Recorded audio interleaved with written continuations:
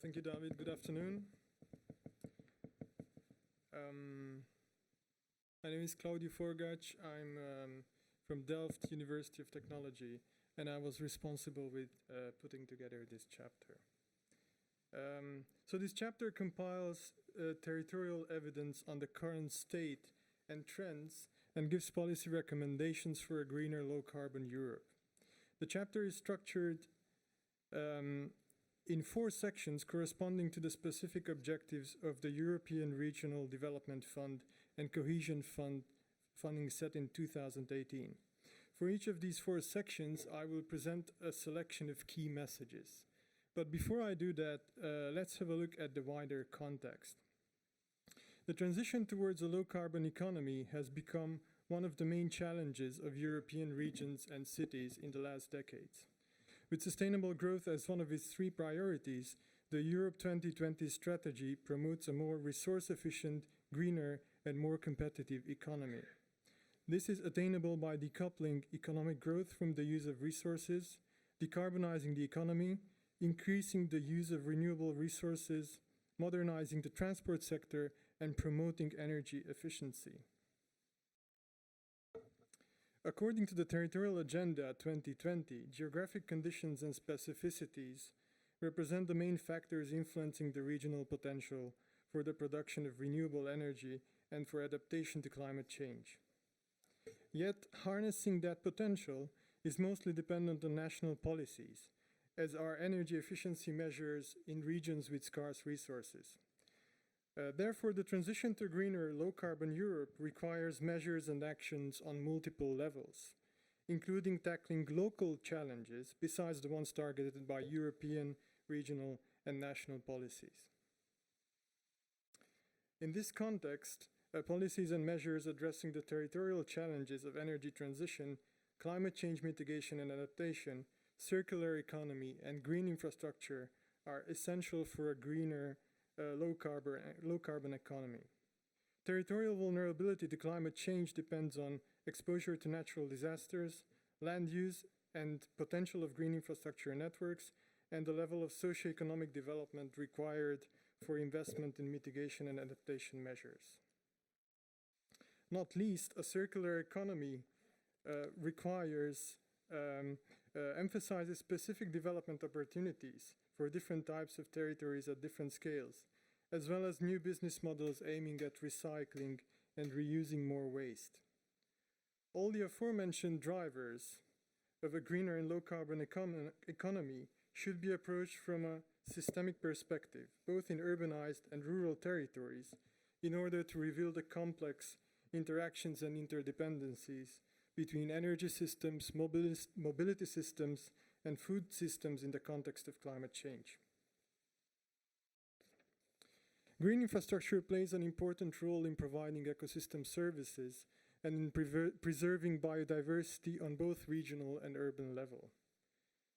On regional level, ecological connectivity, one of the prerequisites of ecosystem functioning, is hindered by increasing landscape fragmentation due to transport infrastructure, construction activities, and settlement dynamics across Europe. According to the European Environment Agency, the Benelux countries are the most fragmented, whereas Eastern European and Mediterranean countries, Ireland and Scotland, show lower levels of fragmentation pressure of urban transport and infrastructure expansion. In this context, the potential green infrastructure network at the regional level shows low coverage in northwestern Europe, southeastern UK, and Ireland. This is mainly influenced by population density, infrastructure development, climatic and topographic conditions, and agricultural land distribution. A high coverage of potential GI can be observed in Nordic countries, the Balkan countries along the Adriatic Sea, and in the eastern Alpine region. At the urban scale, the coverage with green areas is generally decreasing. The European territory is dominated by cities in which green areas have remained stable, mostly in Central and Northwestern Europe and Alpine countries, or have decreased in Eastern and Southern countries. The reasons for this development are mainly urbanization and economic development after the accession to the EU or for touristic purposes in Southern Europe. This development can also be observed in the Netherlands and Finland, and only a few cities show an increase in green space coverage.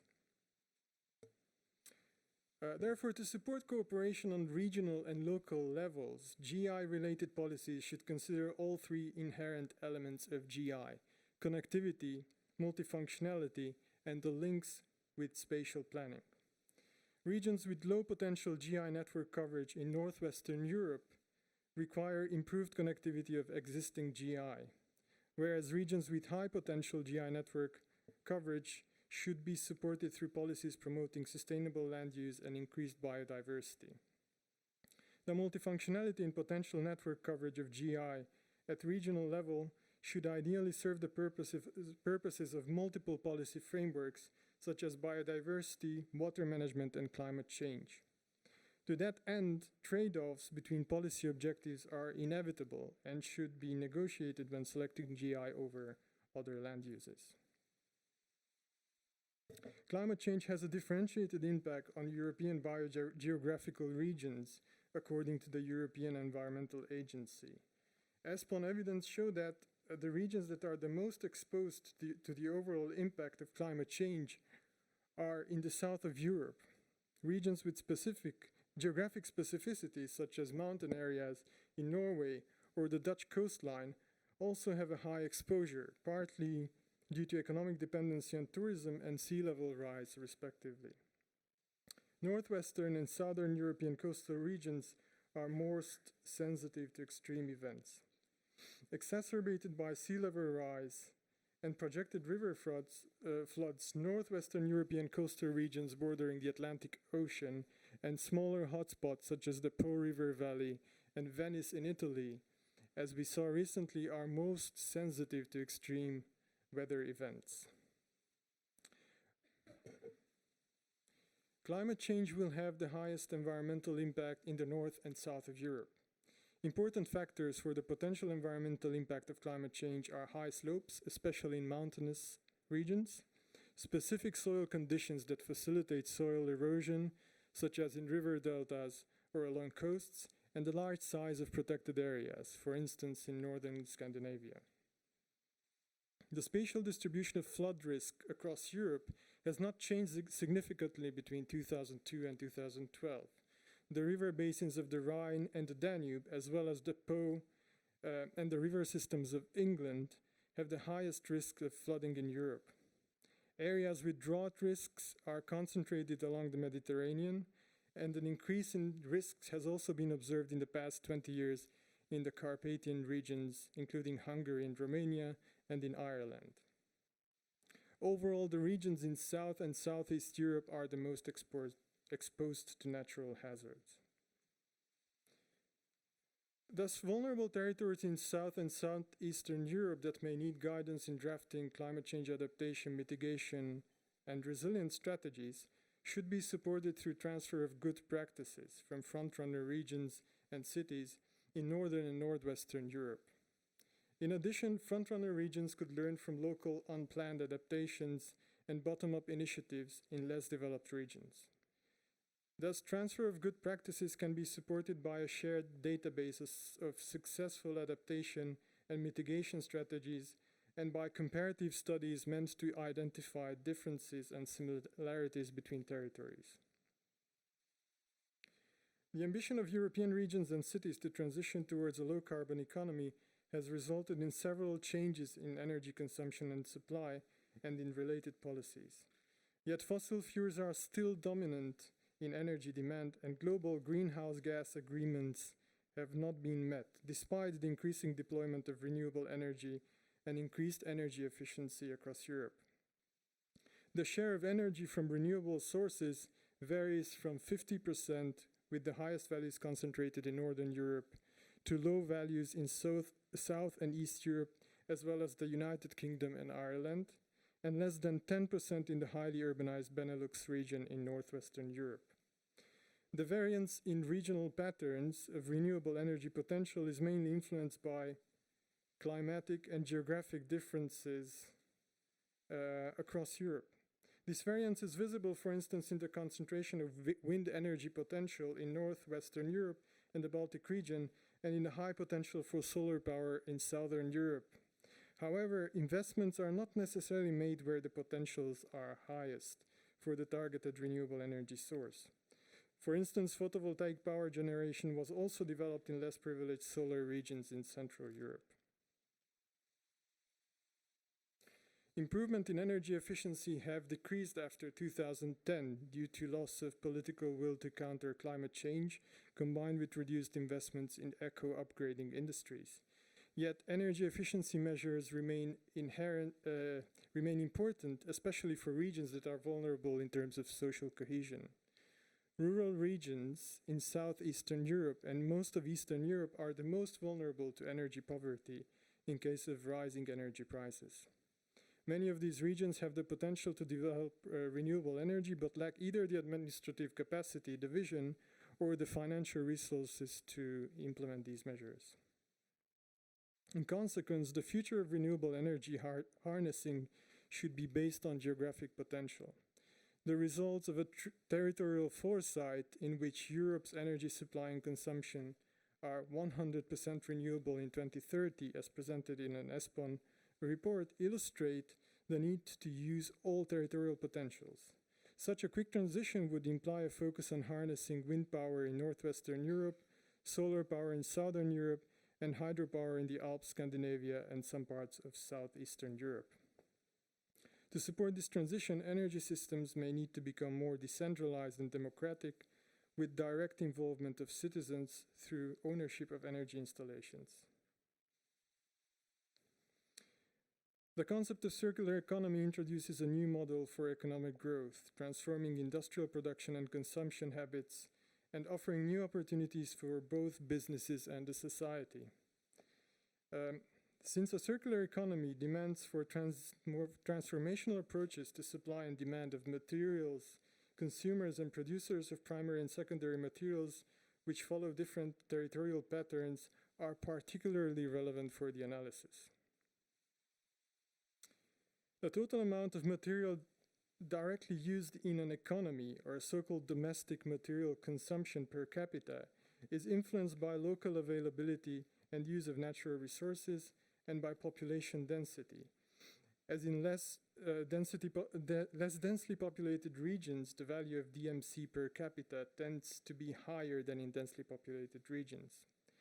This effect is particularly evident in Northern Europe, where it is coupled with economies with strong reliance on material-intensive sectors such as wood processing and mining. Hence, changes in domestic material consumption show a strong correlation with economic cycles. The regions with the strongest declines between 2006 and 2014 in Southern Europe are also those that were hit hardest by the global economic crisis in 2008 and therefore show declining DMC per capita values in the period 2006-2014 and declining or stagnating GDP per capita levels. Personal income is one of the main drivers of the total amount of waste generated. Regions with higher GDP per capita tend to produce more waste, and this could explain why urban regions have in general greater per capita values of waste generation. In these areas, however, waste collection infrastructure may simply be better developed, allowing more waste to be collected and treated, including waste coming from rural regions, thus explaining the higher values of food waste and household waste per capita.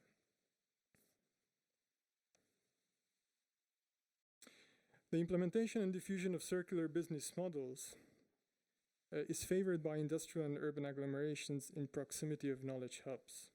Hence, the over 9,000 regional pioneers across all member states that have adopted circular business models concentrate in highly populated regions. Due to the contribution of sustainable agriculture and forestry, circular economy material providers play a particularly predominant role in rural regions. Organic farming, sustainable forestry, and the provision of wood materials remain the largest employment sector in the circular economy material providers sector. Waste collection and recycling services also play an important role in rural areas, particularly in those that benefit from their proximity to industrial processes and urban centers. In most regions, employment in the circular economy is growing and productivity of circular economy material providers is increasing. The competitiveness of regional economies is linked to the possibility of implementing circular economy strategies, ranging from industrial symbiosis schemes to product remanufacturing. These are more likely to emerge in territories where a diverse industrial ecosystem is already in place or where the products are originally manufactured. Industrial regions in decline may also find opportunities in the emerging markets of secondary raw materials thanks to the availability of industrial plots. One more point. All in all, the implementation and diffusion of circular business models requires cooperation and sharing of knowledge between regional and local governments, material providers, industries, and scientific centers in order to achieve a sound mapping of available resources. Yeah, these were the main messages of the chapter Greener Low Carbon Europe. Thank you.